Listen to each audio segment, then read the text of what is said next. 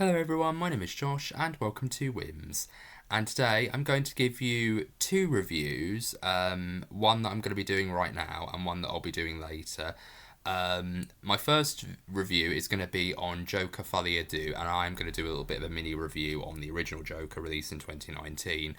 And I'm going to give you my thoughts because I feel like having watched it just this past week, I find myself thinking a lot of the reviews for this film have been really negative, but I did find myself enjoying it when I watched it. So I went to go and see it at the Omniplex in Sutton. I basically went there and I saw it through an Omnipass, which is a monthly subscription, which is where you get to see movies for free with the adage that at the end of the month you get to pay, £11 a month. So it's a good deal. It's a really good deal. So I found myself going, oh, this is great. I can, go and see this film for free. And it's great. It's really great for that reason. But what I really liked about the film in the long run, well, first of all, I'm going to give you my thoughts on the original Joker. And the original Joker came out in 2019. It stars Joaquin Phoenix, and he plays a guy called Arthur Fleck. He's basically a retired clown. He works at sort of like a car dealership, and he plays sort of like a mascot that's a clown, and he's like flipping billboards and things like that, and he's kind of like all flipping signs and, doing these very crazy tricks. But he's also an aspiring stand-up comedian. But what's very interesting is there's something wrong with Arthur, or there's something going on with Arthur where he really does feel like his attachment to reality is very slowly coming untethered. And they do a lot of very interesting things with Joker in this particular iteration that really recontextualizes the Joker character in other iterations of Batman. Like, say, for example, there's a gimmick in, or there's an element of Arthur Fleck's character where whenever he laughs, whenever he gets nervous, he lets out this very uncontrollable laughter. And that to me is very interesting because it recontextualizes what, the Joker has done in every other iteration of the Batman canon, where, there's scenes like in Batman Mask of the Phantasm, the ending where he just laughs hysterically. You're wondering to yourself, is he laughing because he genuinely feels like he's won, or he's giving himself a really juicy punchline to a joke, or is he laughing because he's nervous and he's scared about dying? And it really is quite fascinating in that respect. So I do feel like this film does a really good job of really recontextualizing some of the things that you know and are familiar with about Joker in a very interesting way. And the story was very interesting. I like the fact that Todd Phillips wanted to do sort of like a callback to the character studies of the 1970s, like with Taxi Driver or, The King of Comedy, those two Martin Scorsese films that he saw a particular influence in.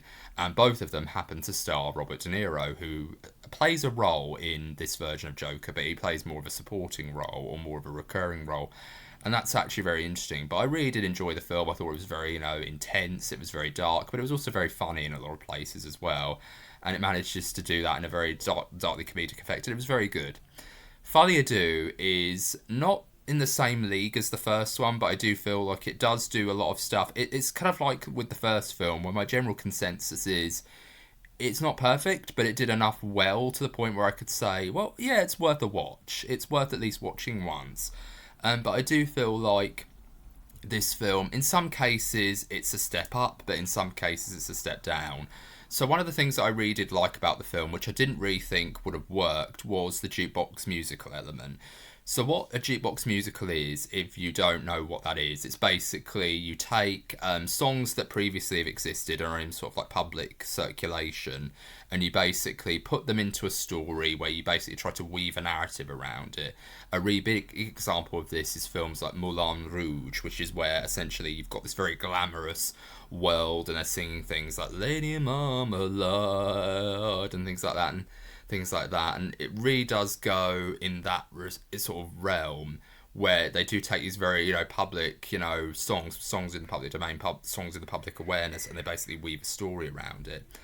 And in the case of, other films like Mamma Mia, for instance, where they take, ABBA songs, they basically, weave a narrative around them. That's the whole entire point of jukebox musicals.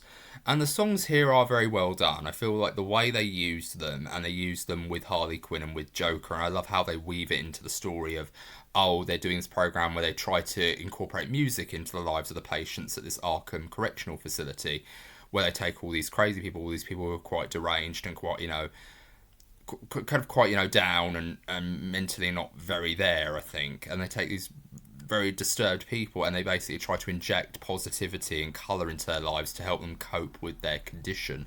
That's such an interesting idea, and of course the fact that they use these musical sequences when Joker is talking about Harley Quinn, or when Harley Quinn and Joker are together, that was actually a very clever way of keeping the story interesting. But it didn't know what it wanted to do. It didn't know whether it wanted to keep the musical sequences to fantasy sequences, or whether it wanted to actually play the whether it wanted to play the musical card dead straight, or the fact that they wanted to do sort of like a fantasy sequencing. And they kind of do both, but I feel like they could have just very easily just said, oh, she was shouting, bizarreness during one scene where they basically escape through a fire at the correctional facility, and there's a scene where she's singing a song to Arthur, and they're just dancing, and they're dancing in the rain, and there's like all these fire engines, going around them, like they're doing a waltz kind of thing.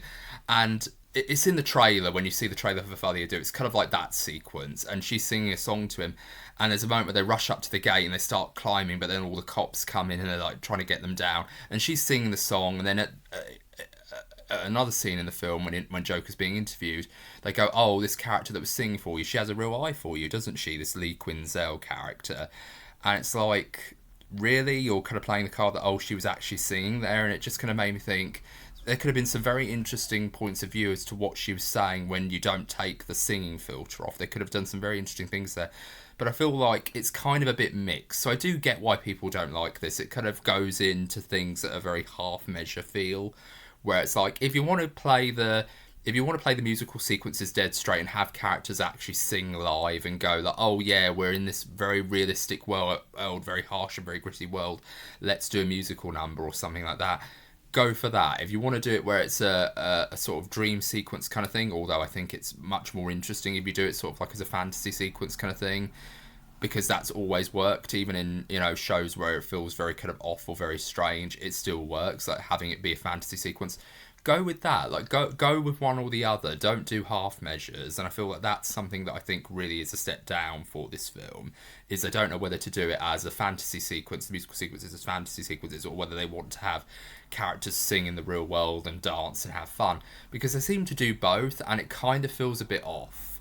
But I do think it still manages to save itself because of what Joker does. And I think Harley Quinn and Joker in this film, they do a lot of interesting things with them. Like, say, for example, Harley Quinn, when she first meets him, she says, oh, I basically am a serial arsonist. I basically burnt down my parents' apartment, and my dad used to hit me when I was a kid and things like that. And then my dad died of cancer, ha ha, and things like that. And it really is one of those things where you kind of think to yourself, that's really dark and really tragic. But the fact that they bond over that, it really does feel like a very interesting development for that character, and it really is a very realistic way of depicting that relationship.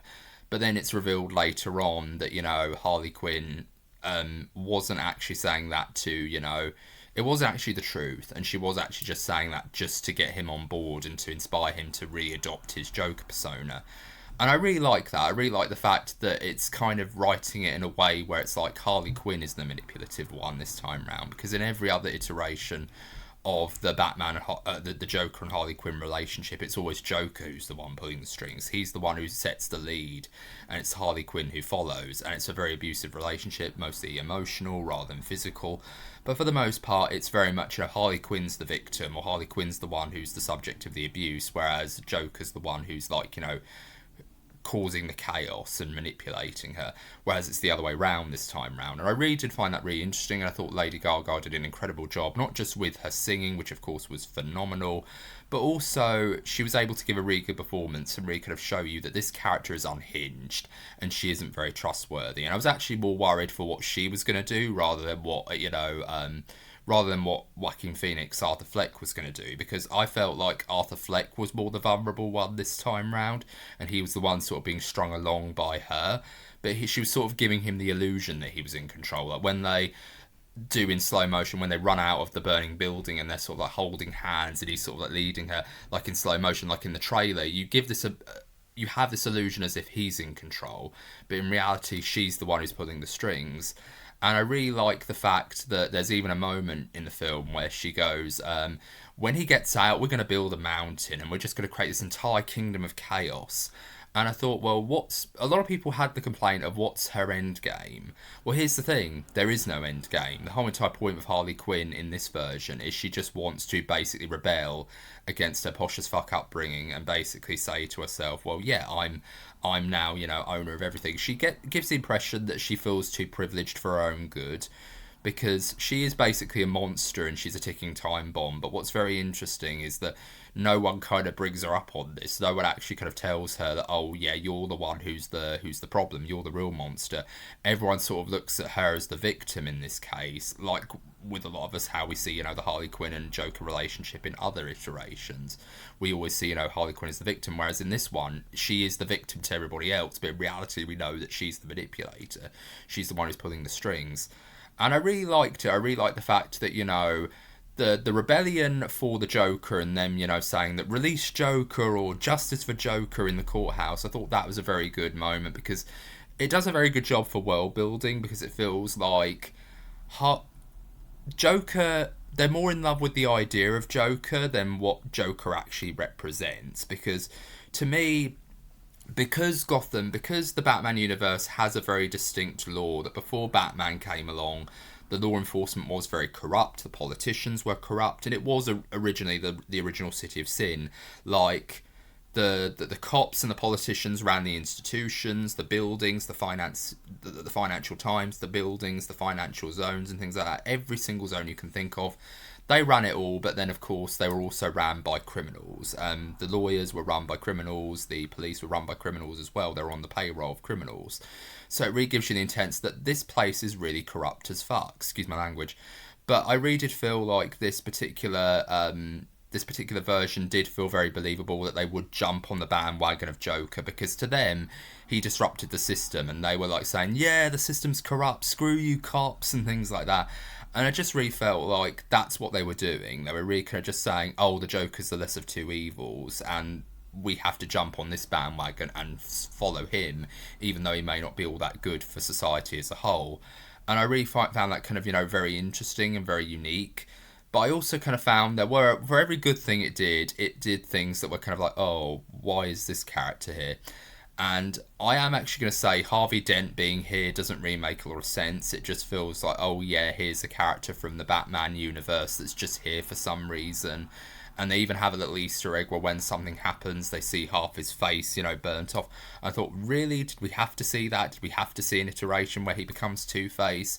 Like, I get it. With something like, say, for example, The Dark Knight, it made sense when we saw, Harvey Dent go from Harvey Dent, this very kind of optimistic, very hopeful, politician and district attorney, to being, Two-Face, who's very cynical and, feels very deflated and very defeated after losing the love of his life, but then also losing half his face. That I thought was very compelling. But I feel like the stuff with him being the district attorney and, also wanting to go into politics and using the trial as sort of like a way of boosting his political campaign, because he wants to go from district attorney and being a lawyer to being a politician. I thought that was good, but I felt like it was wasted on this film, because we want to focus on the Joker and Harley Quinn. That's the reason why we're there. And I feel like everything in this film is good, but for every good thing it does something that makes me go, oh, that's a little bit shaky. But I did find myself going, I did enjoy the film as a whole. I felt like it worked. I felt like, and I am going to address one scene which I thought was just really brilliant. I loved the scene with Mr. Puddles, where he's giving a witness testimony to Arthur Fleck, aka Joker's Chaos. And he basically says to Arthur, like, I was the only one who was nice to you when we were, at the car dealership and things like that, when we were at the, at the shows and at the stand-up stuff. Like, I was the only one who was nice to you. I was the only one who believed in you, and you basically ruined my life. You traumatised me with what you did. And there's this wonderful moment where Arthur Fleck looks at him, and there is a little bit of a flicker of Arthur Fleck in there, a little bit of remorse. But I just loved that entire sequence where he basically dresses up as the Joker and he acts as his own attorney, and he basically, starts to adopt a very southern drawl kind of thing. And it reminded me of Daniel Craig in Knives Out and Glass Onion, like a very Foghorn Leghorn style, voice. And it's really funny. I could almost imagine, someone like Mark Hamill saying those lines. Like, it feels very kind of Joker-esque in a lot of very interesting ways, and I thought that was very funny. But I found myself really enjoying it for the most part. It did a lot of stuff well. It wasn't perfect. Like I said, it's like with the first one. It wasn't perfect, but it did enough well. And it did enough well for me to say, oh, I would definitely recommend watching this. Although I wouldn't recommend going and see it in the cinemas. I would recommend waiting until it comes out on something like Netflix or Amazon Prime or Disney Plus. Any of these streaming services, I'd recommend watching it there rather than paying ticket prices for it, even though I saw it for free with my OmniPass.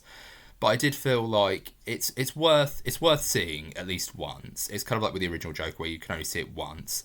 But for the most part, it was a good time. I had a good time with it and I really enjoyed it. But yeah, I want to know what your thoughts are with Joker Folie Deux. Did you like it? Did you not like it? And I'm going to give a little bit of a clue as to what my next review is going to be. It's a film that stars Sam Neill, and it was released in 1981, and it was filmed in Germany. So that's my clue for the next review that I'm going to be doing today. And let me know what the answer is down in the comments. Let me know what you think that next review is going to be. And if you let me know what you thought of Joker Folie Deux. Did you enjoy it? Did you not enjoy it? Let me know your thoughts in the comments. And let me know what other films you'd like me to review. And I hope you're having a good day. This has been Josh with Wims Cool Industry Musings, aka Wims. And I hope you're all doing very well. If you like this video, please be sure to give it a thumbs up. And if you want to see more, please subscribe today. I hope you're all doing very well. Take care. Bye-bye for now.